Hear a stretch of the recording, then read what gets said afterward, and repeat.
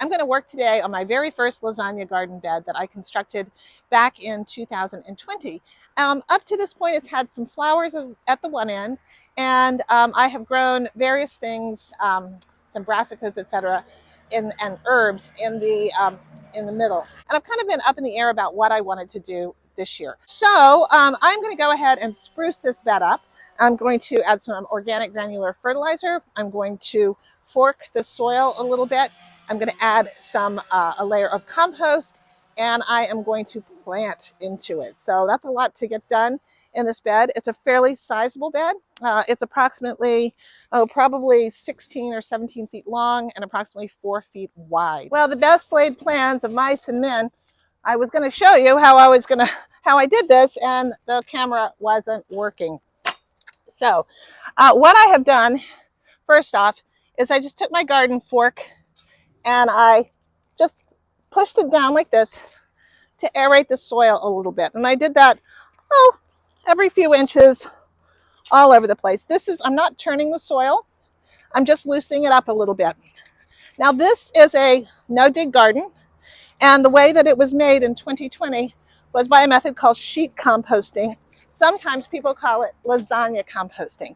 What that is, what I did in the fall is I began layering browns and greens, and I did that, stacked it up to about right here.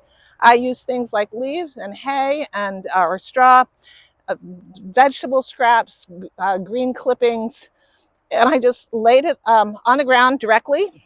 I piled it up about this high, about 1.5 feet high, and watered it well as I went. And then it settled over the winter. And then in the spring, I just planted it, and it's been planted like that ever since. Now, I had a couple of problems with this bed. 3 years ago, the voles got into it and just destroyed it. I had been covering it up to keep insects off of the brassicas that I grew here.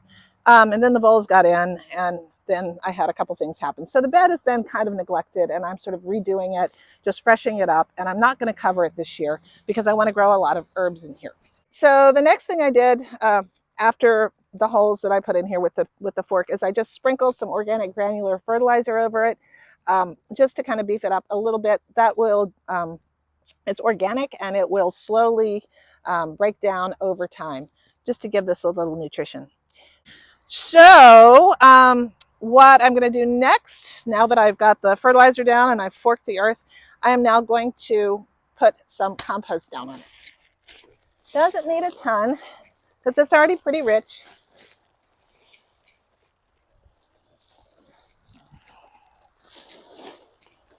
This is bagged fertilizer I buy from a very nice company here in Central Virginia called Panorama Pay Dirt. They have made a glorious organic fertilizer, and I like using their products. I'm not affiliated with them.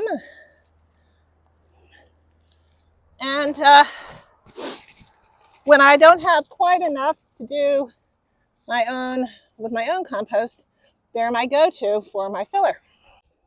Kind of been debating what to do with this bed, what to put in here.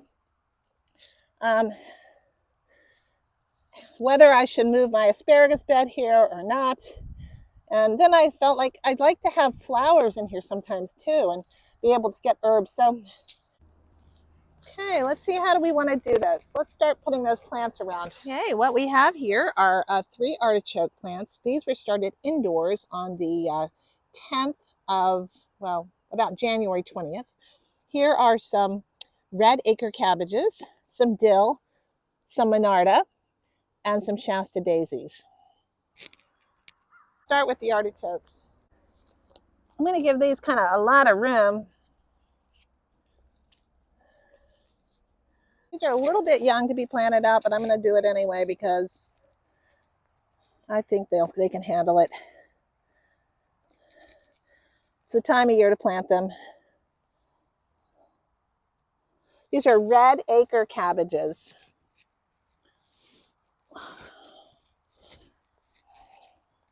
When these are done, I may actually go ahead and put in some flowers to finish out the year, the season.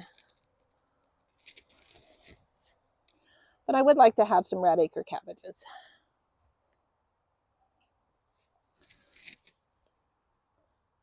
Putting these about a foot apart.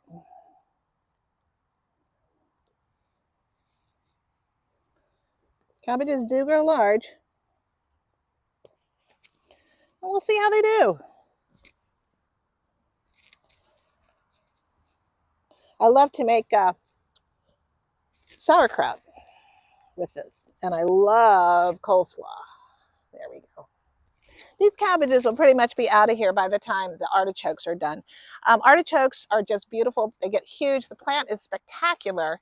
And if you don't eat the actual bulb of the artichoke, it turns into this glorious flower. So I'm happy to have them back here looking pretty. All right, let's go ahead and plant these guys. It's going to love the fertilizer, and it's going to love the compost.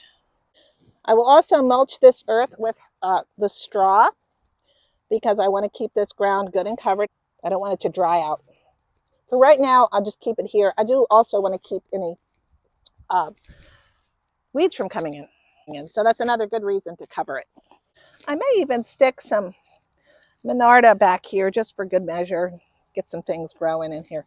Although I like to reserve this, but I still haven't figured out really what I want to do in this bed. I need to make up my mind. Now let's get these artichokes in. Artichokes. It took me years to figure out how to grow artichokes. It really did. Oh, this is a nice weed mass right there, isn't it? Out you go. Ha. You thought you were creeping into my nice garden bed, didn't you? I'm not gonna let you.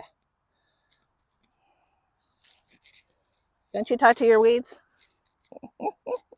See, that crazy woman at that Mountain View Gardens out there talking to weeds. Okay, you guys, be happy. We'll see how you do in here. It's time for you to start on your growing journey. So we have 3 Imperial Star artichokes, some volunteer cilantro. I can put a little something here to just continue to grow beside this. Although these artichokes will get quite large eventually. I'm going to put some dill right here. This plant right here is sorrel, and it is going to be coming up and it will get huge. I've got one right here and one right here.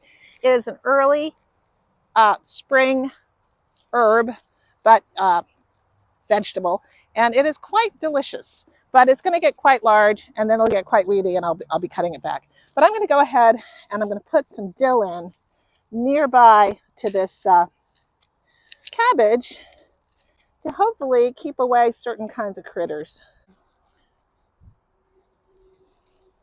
I'm going to put a clump right here.